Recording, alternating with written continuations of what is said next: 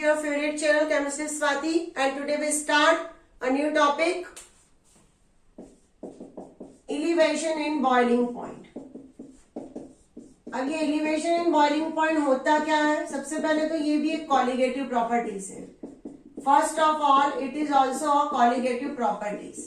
Colligative properties, what is the colligative properties? Which depends upon number of solute particles. जो property solute particles पे ही depend करती है वो कहलाती है कॉलिगेटिव प्रॉपर्टीज. एलिवेशन का मतलब क्या होता है? इंक्रीज. जनरली हम क्या कहते हैं? लिफ्ट. एलिवेशन का मतलब क्या होता है? लिफ्ट. इफ लिफ्ट का मतलब यहाँ पे है increase. Elevation is word derive from lift से है. उसका मतलब चालू भाषा में हम कहें तो लिफ्ट है. तो हमारा जो बॉइलिंग पॉइंट है वो क्या हो जाएगा? बढ़ जाएगा. कैसे बढ़ता है? सबसे पहले तो बॉइलिंग पॉइंट हम कहते किसको है? What do mean by boiling point? Generally हम कहते हैं बॉइल का मतलब क्या होता है? Liquid is converted into vapour. यही होती है बॉइलिंग प्रोसेस. तो लिक्विड का जो वेपर प्रेशर होता है वो vapour pressure atmospheric vapour pressure के बराबर हो जाए, उस पॉइंट को हम जनरली कहते हैं boiling point. What happen in boiling? Liquid is converted into vapor. तो जब लिक्विड का कोई वेपर प्रेशर होगा वो किसके बराबर हो जाए? एटमॉस्फेरिक प्रेशर के बराबर हो जाए, तो वो कहलाता है बॉइलिंग पॉइंट. अब बॉइलिंग पॉइंट में कैसे इंक्रीज होता है हमको ये देखना है. तो हम यहाँ पे देखते हैं. हमने सपोज एक लिक्विड लिया. It is a water. क्या ये H2O हमारा वाटर है? वाटर क्या हो सकता है? सॉल्वेंट हो सकता है. यस. हमने दूसरे कंटेनर में लिया सॉल्ट और शुगर. कुछ भी ले सकते हैं हम, हमारा जो भी मन करे वो. Suppose sugar plus water, that is now become a solution. इसको हमने बॉईल किया. हमने इसको भी बॉईल किया. प्योर का हमने माना टेम्परेचर है TB नॉट. बी मतलब बॉइलिंग टेम्परेचर, और इसका मान लिया TB सॉल्यूशन. तो हमने देखा कि इसका जो टेम्परेचर मिला और इसका जो टेम्परेचर मिला तो सॉल्यूशन का टेम्परेचर ज्यादा हुआ. तो जो सॉल्यूशन है उसको बॉईल करने के लिए हमको ज्यादा टेम्परेचर देना पड़ा. हमने ये एक्सपेरिमेंट किया. मतलब ये कि सॉल्यूशन का टेम्परेचर बढ़ा क्योंकि उसके अंदर कोई ऐसे पार्टिकल्स है जो उसके टेम्परेचर को बढ़ाने के लिए रिस्पॉन्सिबल है. ये पार्टिकल क्या थे? शुगर. शुगर इज हम मानते हैं नॉन वॉलेटाइल है. और ये क्या है? सॉल्यूट है. यहाँ पे कुछ भी नहीं था. तो सॉल्यूट के पार्टिकल्स की वजह से टेम्परेचर बॉइलिंग पॉइंट का बढ़ गया. Due to solute particles the boiling point temperature is increase. तो हम कहेंगे कि TB की वैल्यू किसके बराबर, किससे ज्यादा है? TB नॉट से ज्यादा. ये हमने एक्सपेरिमेंट देखा. मतलब कि सॉल्यूशन का बॉइलिंग पॉइंट ज्यादा हुआ सॉल्वेंट के कंपेयर में, क्योंकि सॉल्यूशन के अंदर कोई ऐसे पार्टिकल्स प्रेजेंट है जो इसके लिए रिस्पॉन्सिबल है, और वो है नॉन वॉलेटाइल पार्टिकल्स. मीन्स ये due to solute particles the temperature is boiling point temperature is increase of a solution, so it is known as elevation in boiling point. अब हम इसको ग्राफ से भी रिप्रेजेंट कर सकते हैं. अगर आपको ये समझ में आ गया तो बहुत जल्दी हमको समझ में आ जाएगा. अब अगर हमने को किसी ने कहा इन दोनों टेम्परेचर का डिफरेंस निकालो मैम, इन दोनों टेम्परेचर का हम क्या लिखेंगे? Delta TB. Delta means change. TB temperature of boiling point. तो हम लिखेंगे TB माइनस TB नॉट. क्यों? क्योंकि हमने ये एक्सपेरिमेंट से देखा कि TB का टेम्परेचर ज्यादा है. हमको रट्टा नहीं है, हमको समझना है. ये हो गया हमारा. अब आप इसको वीडियो को पॉज करके बड़े इस डायग्राम को बना लेना तो बहुत अच्छा रहेगा. हमको बहुत इजीली समझ में आएगा. एनसीईआरटी बुक में डायग्राम से हमको दिया हुआ ग्राफ से, तो वो ग्राफ को समझने से पहले अगर हम एक रियल लाइफ के एग्जांपल से इसको समझे तो हमारे लिए पढ़ना बहुत बहुत ज्यादा इजी हो सकता है. और हमको हमेशा इजी वे में अपनाना चाहिए. बहुत ज्यादा हमको बुक का एनसीईआरटी की लैंग्वेज नहीं यूज करना, सिर्फ उसके कंसेप्ट को समझना. सिर्फ हमारे पास ये होना चाहिए. अब हमने यहाँ पे दो चीजें. यहाँ पे इस पॉइंट पे हमने माना वेपर प्रेशर, और यहाँ पे हमने लिया टेम्परेचर. टेम्परेचर इधर की ओर बढ़ रहा है, वेपर प्रेशर इधर की ओर बढ़ रहा है. हमने देखा एक हमको यहाँ पे पॉइंट मिला और एक हमको यहाँ पे पॉइंट मिला. इस पॉइंट पे।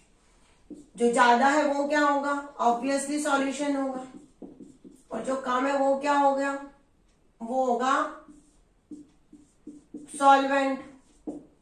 ये क्या कहलाएगा, किसका टेम्परेचर कहलाएगा, ये सॉल्वेंट मतलब टीबी नॉट। बी नॉट का मतलब है प्योर, ये याद रखो। सॉल्यूशन मतलब टीबी, दोनों का डिफरेंस बिटवीन निकालेंगे तो वो क्या आ जाएगा, डेल्टा टीबी। अब इस ग्राफ को आपको समझ में आ जाएगा, ये ग्राफ क्या है। We have plot the graph between the different temperatures of solid and solvent versus evaporation। तो हमको एक ऐसा ग्राफ मिला जिसमें हमने ग्राफ से समझा कि राइट साइड पे हमारा ग्राफ बढ़ रहा है, राइट साइड पे कौन सा टेम्परेचर बढ़ रहा है, सॉल्यूशन का टेम्परेचर बढ़ रहा है, और उसके पहले आ रहा है सॉल्वेंट का टेम्परेचर। मतलब प्योर पानी लिया हमने, प्योर वाटर लिया तो जल्दी उसका बॉइलिंग पॉइंट हमको मिल गया, और हमने उसके अंदर कोई सॉल्यूट डाला तो उसके बॉइलिंग पॉइंट में इंक्रीज होना चालू हुआ। तो हम ये कह सकते हैं कि delta TB is proportional to M.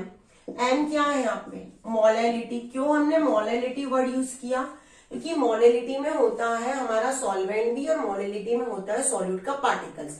और हमने देखा कि सॉल्यूशन में जो बॉइलिंग पॉइंट में इंक्रीज हुआ है वो सॉल्यूट के पार्टिकल्स की वजह से ही हुआ है, और यहाँ पे क्या है, प्योर वाटर, इसलिए सॉल्वेंट आ सकता है। अब हमारे हमेशा ये होता है कि delta TB is equal to proportional sign हटा लगाएंगे, कोई केबी को हटा के, इसको हटा के प्रपोर्शनलिटी कांस्टेंट को हटा के, तो ये आ गया एम। अब एम क्या है, मोलैलिटी है, तो मोलैलिटी की वैल्यू क्या होती है, delta TB is equal to KB, ये होता है number of solute particles upon solvent, और यहां पे लिखते हैं 1000। इसको ग्राफ को आप वीडियो को पॉज करके बना लो। ऐसे ग्राफ से रिलेटेड क्वेश्चंस तो बहुत कम आते हैं, इस पोर्शन से जनरली हमको न्यूमेरिकल्स बहुत आते हैं, तो हमारा न्यूमेरिकल्स वाला पॉइंट स्ट्रॉन्ग करने के लिए लेकिन हमको ग्राफ समझ में आना चाहिए। मैं पूरा यहाँ पे फॉर्मूला लिख रही हूँ, delta TB is proportional to molality, change in temperature of elevation point is directly proportional to molality। proportional sign हटाएंगे तो यहाँ पे कोई कांस्टेंट लेना पड़ेगा, हमने kb कांस्टेंट लिया। मोलैलिटी होता है number of solute particles upon mass of solvent in kg। अगर kg यहाँ पे नहीं लिया है तो ऊपर 1000 से हम मल्टीप्लीकेशन करते हैं। अब delta TB is equal to KB क्या होता है, अब इसको डिस्कस करते हैं। सॉल्यूट को हम मानते हैं 2, दो कंपोनेंट होते हैं 1 and 2, तो 2 को माना जाता है सॉल्यूट और 1 को माना जाता है सॉल्वेंट। याद रखना 1 is always consider as a solvent, 2 is always consider as a solute. ये पूरे चैप्टर में यही चलेगा हर जगह। तो इसको लिखेंगे सॉल्यूट मोल, मोल किसके बराबर होता है, number of mole of solute particle. यहाँ पे भी मोल आएंगे, तो मोल किसके बराबर होता है, मोल होता है हमारा given mass upon molar mass होता है। हमारा सॉल्यूट है तो गिवन मास माना W2 और मोलार मास माना हमने M2, इसलिए यहाँ पे लिखेंगे W2 upon M2 into W1। Mass of solvent को किसमें कंसिडर करेंगे, W1 पे। W2 और M2 कैसे आया है, ये मोल की वैल्यू है। Given mass upon molar mass, 2 क्यों लिया, क्योंकि सॉल्यूट को मैंने अभी कहा है 2, तो W2 उसका गिवन मास है, M2 उसका मोलार मास है। अब इस फॉर्मूले में Kb क्या है, Kb कहलाता है elevation boiling constant, elevation boiling point constant, या जनरली इसका एक और नाम है दूसरा, और मोलर इलिवेशन कांस्टेंट। इसकी जो ऐसा यूनिट होती है वो लिखी जाती है केल्विन केजी पर मोल, केजी पर मोल। इसके वाटर के लिए इसकी वैल्यू फिक्स होती है 0.52 केल्विन केजी पर मोल। ये आपको वाटर के लिए लर्न कर लेना चाहिए।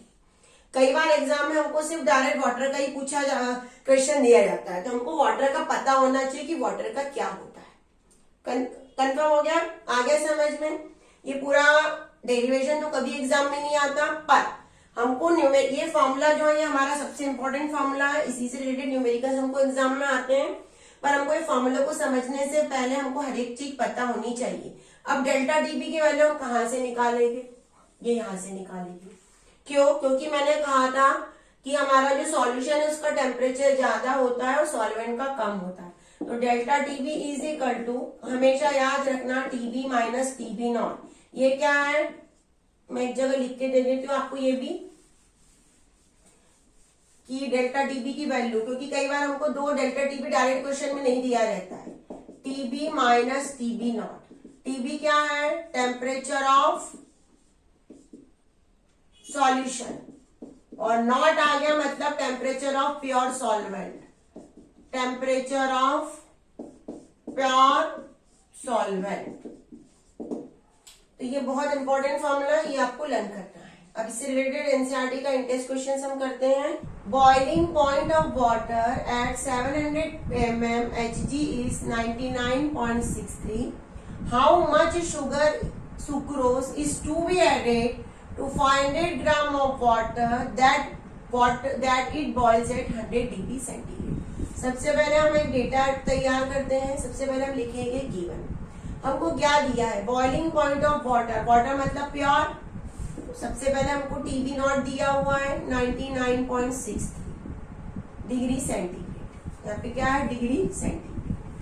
How much sucrose is to be added, मतलब हमेशा याद रखना, कभी भी ऐसा कोई क्वेश्चन आए, how much is to be added मतलब आपको हमेशा W2 निकालना होता है, क्योंकि M2 तो किसी चीज का मोलार मास होता है, और मोलार मास की वैल्यू को कभी भी निकालने के लिए दिया नहीं जाएगा। Molar mass is a fix value. Sucrose C12H22O11, इसको जब हम निकालेंगे तो 342 ग्राम मिलेगा। कुछ कंपाउंड्स के हमको लर्न कर लेने चाहिए, सुक्रोज है, ग्लूकोज है, यूरिया है, तो आपके लिए बहुत इजी रहेगा। Is added to be 500 gram of water. Water क्या होता है, सॉल्वेंट होता है, तो मतलब W1 हमको दिया है 500 ग्राम। जब वाटर के अंदर हमने सुक्रोज डाला तो उसका बॉइलिंग पॉइंट हमको 100 डिग्री मिला, मतलब ये सॉल्यूशन बन गया। तो सॉल्यूशन का हमको दिया हुआ है 100 डिग्री सेंटीग्रेड, और हमको W2 निकालना है। अब हमारा फॉर्मूला क्या है, और वाटर है, वाटर के लिए मैंने आपको केबी बता ही दिया था, क्या लिखोगे, 0.52 केल्विन केजी पर mole, that is value is fix for water. Delta TB is equal to KB into W2 upon M2 into W1 into 1000। Delta TB solution का ज्यादा होता है तो TB minus TB not, KB value fix, W2 1000 upon M2 into W1। TB की वैल्यू हमारे पास है 100, माइनस टीबी नेट की वैल्यू है 99.63, केबी हमारे पास है 0.52, W2 हमको निकालना है 1000 वैल्यू वैसे के वैसे, M2 सुक्रोज का मोलार मास 342, W1 वाटर 500 ग्राम। अब इसमें सब्स्टिट्यूशन होता है 0.37 into 0.52, W2 1000 upon 342 into 500। W2 की वैल्यू निकालनी है, तो ये पूरी वैल्यू कहाँ आ जाएगी, ऊपर आ जाएगी, और 0.52 अपॉन 1000 कहाँ आ जाएगा, नीचे आ जाएगा। तो हम W2 की वैल्यू निकाल सकते हैं। Some of the students have a very poor maths, 0.7 आएगा, 37 नहीं आएगा, 0.73 आएगा मेरे ख्याल से, तो और 0.37 देख लो, 0.37 342 multiplied upon 500 into 500 divided by 0.52 into 1000। जब इसको सॉल्व करोगे तो हमारा आंसर कुछ इस तरह से आएगा 121.79 ग्राम। ये आपका एनसीईआरटी का एक इंटरेस्ट क्वेश्चन है। क्या किया हमने, सबसे पहले क्वेश्चन को 2 बार रीड करना है जब भी हमारे पास कोई न्यूमेरिकल से रिलेटेड क्वेश्चन आए, और ये फाइंड आउट करना है कि कौन सी वैल्यू सबको दी हुई है। हमने सबसे पहले जब फाइंड आउट किया तो हमको कुछ ऐसा डेटा मिला, हमको प्योर वाटर जो है उसका बॉइलिंग पॉइंट दिखा, उसके अंदर सुक्रोज डाल दिया तो बॉइलिंग पॉइंट चेंज हो गया। कितना अमाउंट सुक्रोज हम डालेंगे ये पूछा है, मतलब हमको W2 पूछा है। सुक्रोज का मोलार मास फिक्स होता है 342। मैटर ये कि आप इसको लर्न कर लो, सुक्रोज को, ग्लूकोज को, यूरिया को। W1 वाटर, कितने ग्राम वाटर में किया हमने dissolve, 500, water is a solvent, तो W1 दिया है। केबी का मोलार कांस्टेंट हमको 0.52 फिक्स वैल्यू है, अगर हमको एग्जाम में नहीं भी दी और अगर वाटर दिया तो हमको यही वैल्यू पुट करनी है, इसको लर्न कर लो। अब हमारा फॉर्मूला है delta TB is equal to KB into W two into 1000 upon m2 into w1। Delta TB की वैल्यू होती है TB minus TB not. TB और टीबी नॉट दोनों हमारे पास वैल्यू दी हुई है। सभी वैल्यूज को पुट करो, W2 की वैल्यू को फाइंड आउट करो, दैट इज अवर आंसर। तो वीडियो को पॉज करके इसको अच्छे से नोट कर लो और एक दो बार प्रैक्टिस करो। सबसे पहले कोई भी आपको क्वेश्चन आता है तो उस क्वेश्चन को सबसे इजीएस्ट वे होता है, उसको तरीका होता है सॉल्व करने का, उसका गिवन लिखना। जो स्टूडेंट एनसीईआरटी लेवल का काम कर रहे हैं उनके लिए तो गिवन लिखोगे, फॉर्मूला लिखोगे, वैल्यूज पुट करोगे। Some of the student is a very very poor in a maths mathematical calculation, तो एटलीस्ट कुछ भी करके आओगे तो आपको गिवन पे मार्क्स